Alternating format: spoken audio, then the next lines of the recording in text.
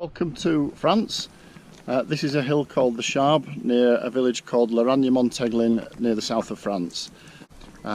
We can usually take off to the south in that direction, but it has the added benefit of being able to take off to the north behind me if the wind is coming from that direction.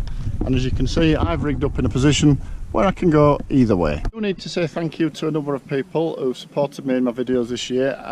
So I want to say thank you to everybody that's liked and subscribed them, everybody that's watched them, and everybody especially that's left comments on my videos, and particularly those people that have given me tips for my filming, which has really helped. I especially want to say thank you to Rubens Tavora, who's been helping me with how to improve my sound quality of my voice, and I'm going to be using his suggestion today. So it's a bit of an experiment today to see if that works. And I especially want to thank his son Arthur Tavora, who's helped me. He's designed me a new logo, and so thank you, Arthur. Arthur is currently at university in America, so it's a bit different from flying in the UK, because normally in the UK we've got quite a breeze coming up the hill and we're taking off into a wind and you might only take a couple of steps. This is actually the south face of the Chabre, so we're 2,500 foot up in the mountains. We're flying in very light or nil wind, and we're relying on the thermals to get us up. That means when we take off, we're taking off in a much lighter wind, or perhaps zero wind as we've got at the moment, which means you need a really good strong take-off run as fast as you can down this ramp. So that's the view that you're going to get when you take off, and you just run as fast as you can down that ramp, and then you will turn and fly along the hill until you find a thermal. Any questions? Well, I don't think so. No. Any questions on the takeoff? I've been told. We watch that sock as well. Yep. So it could be blowing over the top and we're getting rotary. So a key thing here is, because we're flying in thermals, the predominant wind direction today is from the north. It's very light wind from the north, but we're actually going to take off on the south side, because what we're expecting is that the heat of the sun causing the thermals coming up the south is going to cause the predominant drift on the south side to come up this way. So we have to make sure that we've got an eye on both windsocks, because if one windsock's coming over the back and one's coming up the front, then we're potentially taking off with a tailwind, and we don't want to take off with a tailwind.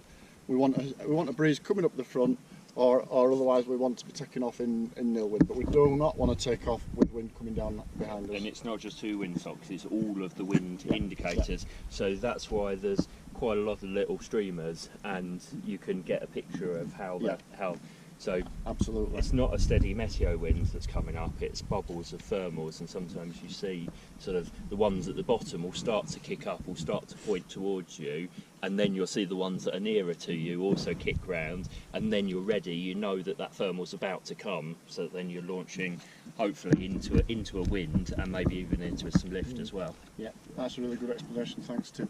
The key thing though is to run like bugger it as fast as you can down this ramp, and aim to get your feet to the very bottom of the ramp. You won't manage it. If you do manage it, you're not running fast enough.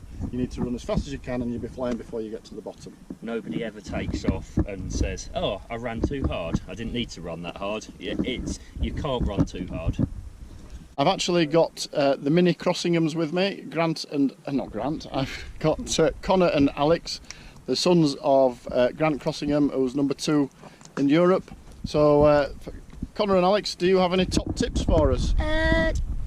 So you don't rely on the ridge lift, and there's a house thermal over there. No, which is when you take off on the right of the ramp, and have fun. Brilliant. So you don't rely on the ridge lift. Look for the house thermal and run as fast as you can down the ramp. And the house thermal, the trigger for it is to the right of the south takeoff. So if you take off and turn to the right, you'll come across a little rise in the hill where it gets to the end, and there's usually a house thermal there, which is the highest point in the near distance now that I'm focusing on. There's usually a house thermal along there, so you fly along there and get to that house thermal. Guys, thank you very much both for your tips. Really good. Cheers. From about 12 o'clock onwards, you tend to get a blow of thermic breeze coming up the south face, and then later in the day, maybe 3-4 o'clock, it comes from the north and you get it coming up the north face. You want to catch, if you're going to go across country anyway, you want to catch those conditions earlier on when they're coming up the south face to be able to get you to get high and to go across country. The issue that you're going to have, or a lot of people have on the south face, is it's a little bit daunting for taking off, primarily because they're wondering about, if I go down, where am I going to land? In the centre of the video now, you may see in the distance there are two fields shaped like a fish. The nearer one is a paragliding landing, and it's quite steeply sloped. You would not land a hang glider on there.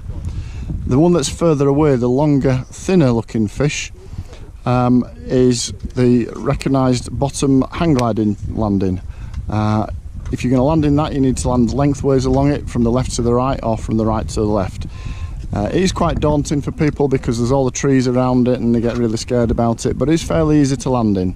The thing to remember about it, it's got a slope on it from that direction and from that direction with an apex in the middle. So whichever way you land on it, if you land as close to that edge or that edge as you can, you're going to have a safe landing. The other option is not to land in either of those fields, and if you start to go down, to head out to the right, where you can see there's a lump to the right and a village on the far side of it. You can actually use that lump as a second chance to try and get thermals, and there are numerous fields within that village that you could land in. Because as you can see, there's a lot more landing options to the north. There's an official landing field which is probably just out of sight by the ridge down in front of where I'm pointing the camera now. This particular launch that I'm stood at now is not recommended because right behind me is a cliff edge, so you run down it, you're over the edge of a cliff. So they wouldn't recommend launching from here, although last time I came here I did launch from here and had no issues with it. The recommended north launch is further down the ridge, towards the end of the ridge down there, and there's a nice matting takeoff. You can't actually see it from here, but if I get the opportunity I will film that takeoff at some point and show you it. So that's the takeoffs and the landings.